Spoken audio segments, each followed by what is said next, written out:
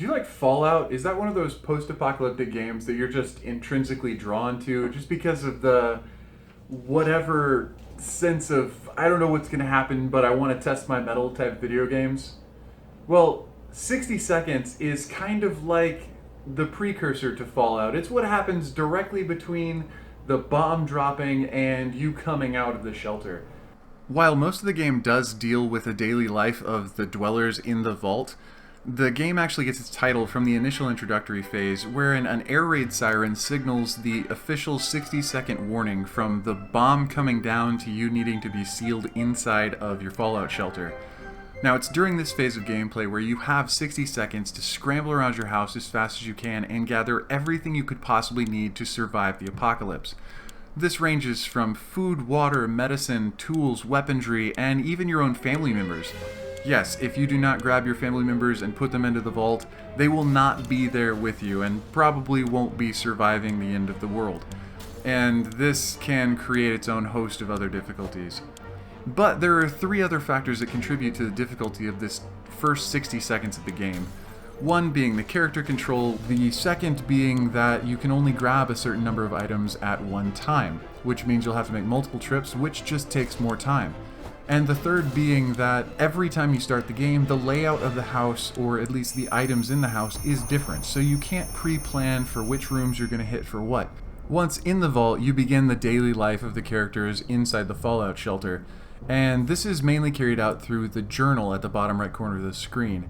Through the journal, you learn basically how your characters are surviving, what their mental states and hunger are, as well as what things are actually going on inside the world, whether it's a new visitor or a salesman comes to the door or something breaks. This is how you learn about that. So in that sense, it's kind of a text-based RPG. But the other things that happen in this is actually rationing of food and water and supplies, what things will be used, instructing your characters as to who is going to be going on any sort of scavenging run if that happens or is available to you in your version of the gameplay, what they're going to be taking with them, and how they interact with the world. Dynamics such as rationing of food and water are pretty realistic. I mean, human beings can go for multiple days without food and only a couple days without water. So if you are needing to stretch your resources, that actually works in this game. You don't have to feed them every single day, and you don't have to make sure everyone drinks water every single day. But in the journal, you'll start to see messages like, this character really needs to eat, or the only thing they want is a drink of water. And it's only a few days into the actual vault-dwelling gameplay that you start to realize certain things that might actually be necessities, such as a simple deck of cards or the checkerboard to make sure your characters don't go insane from boredom. Weaponry is one that, while definitely not a necessity to survive in the vault, becomes a necessity if you're going to send anyone out on a raid or a scavenge to make sure that they actually come back. I don't know how many times I've had a playthrough of this game where I sent somebody out apparently underprepared and they never came back. While this did make the rations go a bit further, it also altered the gameplay and the dynamics of the characters within the vault. I mean, if mom goes out and doesn't come back, the children and the husband might lose morale. Other things become extreme necessities, such as a radio or even a Boy Scout manual. At certain times in the game, you may encounter a food item or a giant radioactive cockroach that you need to squash, and for both of those, the Boy Scouts manual is incredibly imperative.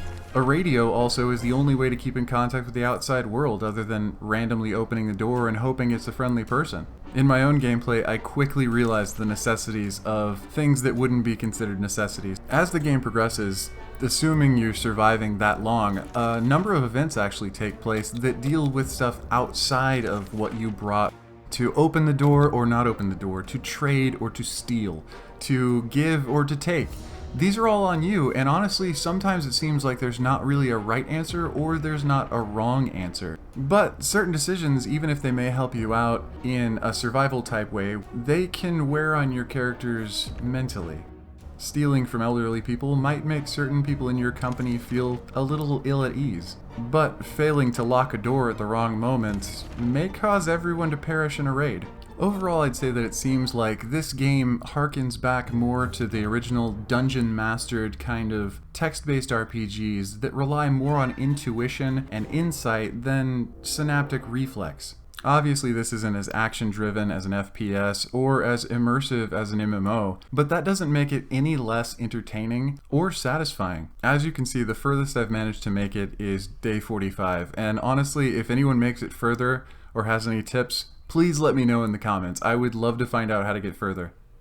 Well, that's about it for the review of 60 Seconds, and in all honesty, there's nothing I can say bad about this game. No, it's not graphically beautiful, and it doesn't have some massive open world RPG style dynamic where you can run around and shoot things and be awesome.